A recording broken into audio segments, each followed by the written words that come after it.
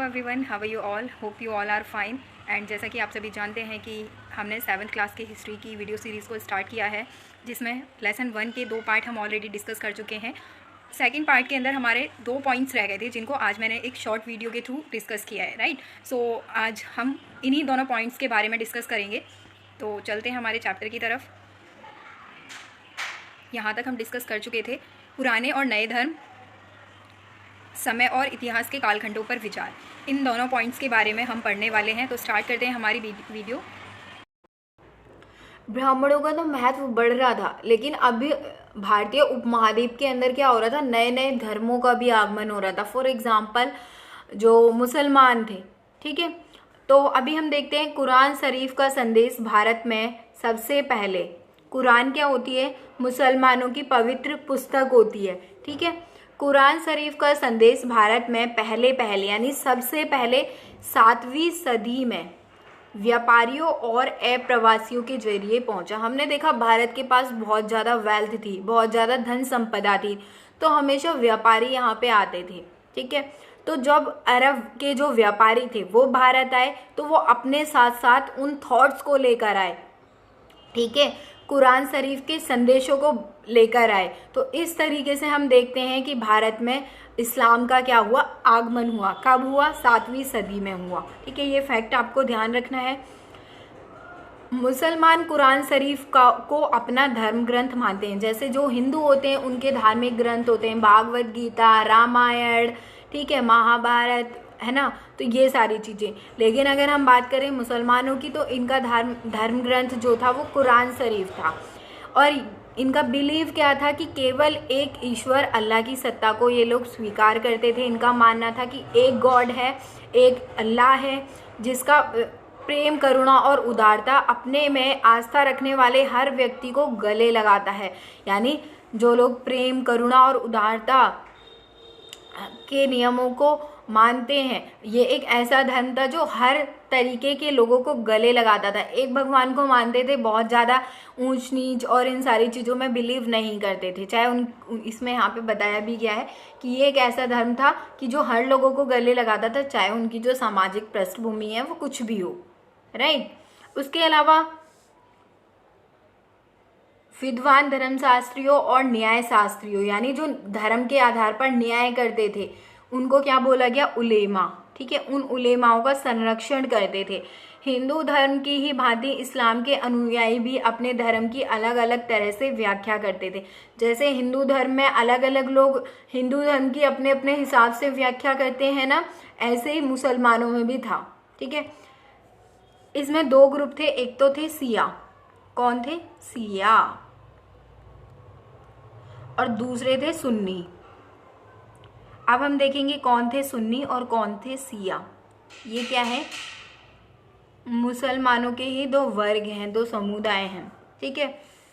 सिया वे थे जो पैगंबर साहब के दामाद अली को मुसलमानों का विधि सम्मत नेता मानते थे।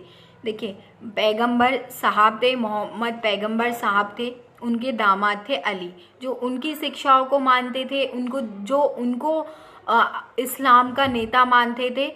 वो कौन थे? वो सिया थे, ठीक है। कुछ सुन्नी थे। सुन्नी कौन थे? जो खलीफाओं के प्रभुत्व को क्या करते थे? स्वीकार करते थे। अभी आपको ना कुछ समझ नहीं आ रहा होगा, आप सोच रहे होंगे मैम क्या बोल रही हैं। तो देखिए, मैं आपको सिंपल शब्दों में बता देती हूँ, बुक की भाषा में हमें पढ़ने की ज़रूरत नहीं है।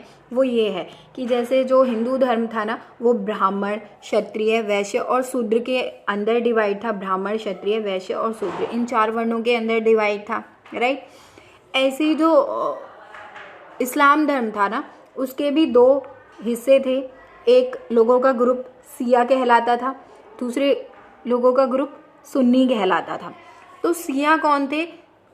हमने देखा जो इस्लाम धर्म का संस्थापक माना जाता है ना, वो पैगंबर मोहम्मद को माना जाता है। पैगंबर मोहम्मद के बाद खलीफा जो लोग थे ना, वो इस्लाम की व्याख्या कर रहे थे। इसके अलावा उनके एक दामाद थे अली, जिनका नाम था। तो कुछ लोग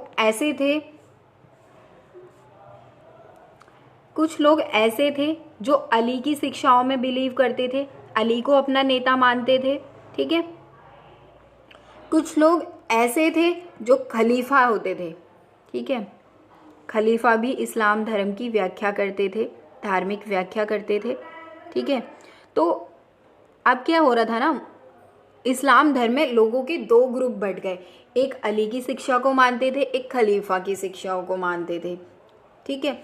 तो जो अली की शिक्षाओं को मानते थे उनको क्या कहा गया, शिया कहा गया। जो खलीफा की शिक्षाओं को मानते थे उनको सुन्नी कहा गया। तो इस तरीके से क्या था, इस्लाम धर्म का जो बंटवारा था वो दो अलग अलग ग्रुप्स में हो गया था। समय और इतिहास के कालखंडों पर विचार। इतिहासकार समय को केवल घड़ी या कैलेंडर की तरह नहीं देखते, यानी कि केवल घंटों, दिन या वर्षों के बीतने के रूप में ही नहीं देखते। उनका नज़रिया है कि समय सामाजिक और आर्थिक संगठन में आने वाले परिवर्तनों को झलकाता है। यह दिखलाता है कि विचारों और विश्वासों में कितना स्थायित्व है और कितना परिवर्तन आया है। यदि अतीत को समान विशेषता रखने वाले कुछ बड़े बड़े हिस्सों, युगों या कालों में बांट दिया जाए तो समय का अध्ययन कुछ आसान हो जाता है। 19वीं सदी के मध्य में अंग्रेज इतिहासकारों ने भारत के इतिहास को 3 युगों में बांटा है। अभी हमने एंशिएंट हिस्ट्री के बारे में भी पढ़ा, मिडाइवल हिस्ट्री के बारे में भी पढ़ा, लेकिन जब ब्रिटिशर्स का आगमन भारत में हुआ, अंग्रेज भारत में आए, तो उन्होंने भारत को 3 हिस्सों में बांटा। भारत की जो हिस्ट्री की जो स्टडी थी वो 3 तरीके से करी। पहला, जिसमें हिंदू शासकों का क्या था, राज था। दूसरा टाइम पीरियड ऐसा था जिसमें मुस्लिम शासकों, जैसे दिल्ली सल्तनत, जैसे मुगल, ठीक है, तो इन शासकों ने भारत में शासन किया। उसके बाद आगमन होता है ब्रिटिशर्स का, अंग्रेजों का, तो उन्होंने बहुत लंबे समय तक भारत पे रूल किया। तो जो अंग्रेजी इतिहासकार है ना, वो भारत की जब स्टडी करते हैं, भारत की हिस्ट्री के बारे में जानते हैं, तो वो 3 रूपों में भारत की स्टडी करते हैं, हिंदू, मुस्लिम और ब्रिटिश काल, ठीक है। तो वो देखते हैं कि ब्रिटिश काल में भारत की इकोनॉमी, भारत की सोसाइटी, भारत का कल्चर कैसा था, मुस्लिम काल में कैसा था और हिंदू काल में कैसा था। तो यहाँ पे हम देख सकते हैं कि उन्होंने ना स्टार्टिंग से ही हमको धर्म के आधार पर बांटा है। आपने एक बहुत फेमस पॉलिसी सुनी होगी, बांटो और राज करो की नीति, ठीक है। तो ये कहीं ना कहीं हमें उनकी आइडियोलॉजी में देखने को मिलता है। इन 1000 वर्षों के दौरान इस उपमहाद्वीप के समाजों में प्राय परिवर्तन आते रहे और कई क्षेत्रों की अर्थव्यवस्था तो इतनी समृद्ध हो गई थी कि उसने यूरोप की व्यापारी कंपनियों को भी आकर्षित करना आरंभ कर दिया था। इस पुस्तक को पढ़ते समय आप परिवर्तन के चिन्हों तथा यहाँ सक्रिय ऐतिहासिक प्रक्रियाओं पर ध्यान देते। जैसा मैंने आपको बताया कि भारतीय उपमहाद्वीप के जो क्षेत्र थे, भारत हमेशा से ही ना सोने की चिड़िया कहा जाता है। उसके पीछे रीज़न है, भारत की इकोनॉमी, भारत का कल्चर, सब कुछ बहुत रिच था, राइट। तो जब किसी के पास वेल्थ होगी तो दूसरे लोग अट्रैक्ट होंगे, ठीक है। तो ऐसे यूरोप की जो व्यापारिक कंपनियां थी, ईस्ट इंडिया कंपनी थी और भी बहुत सारी कंपनियां थी, वो यहाँ से व्यापार करने के लिए आई थी और उन्होंने देखा कि यहाँ से व्यापार करके उनको बहुत ज़्यादा फायदा हो रहा है। तो इसीलिए वो भारत की तरफ क्या हुई, अट्रैक्ट हुई। भारत के वेल्थ के लिए उन्होंने यहाँ पे अपनी कंपनियां स्थापित करनी शुरू कर दी। सबसे पहले उनका व्यापारिक उद्देश्य था, राइट। उसके बाद धीरे धीरे उन्होंने भारत के ऊपर पूरी तरह से कंट्रोल कर लिया, यहाँ के एडमिनिस्ट्रेशन पे, यहाँ की पॉलिटी पे, और इवन जो यहाँ के राजा महाराजा थे ना, उनको भी इन्होंने खदेड़ दिया। उनके साथ बहुत सारे युद्ध किए और बहुत सारे युद्धों में भारत के राजाओं को हराया भी। तो इस तरीके से भारत के ऊपर पूरी तरह से कंट्रोल उन्होंने कर लिया था, राइट। तो ये थे हमारे कुछ परिवर्तन जो कि इन 1000 वर्षों के दौरान हुए, कि इन 1000 वर्षों के 1700 से 1750 ईस्वी के अंदर, ठीक है।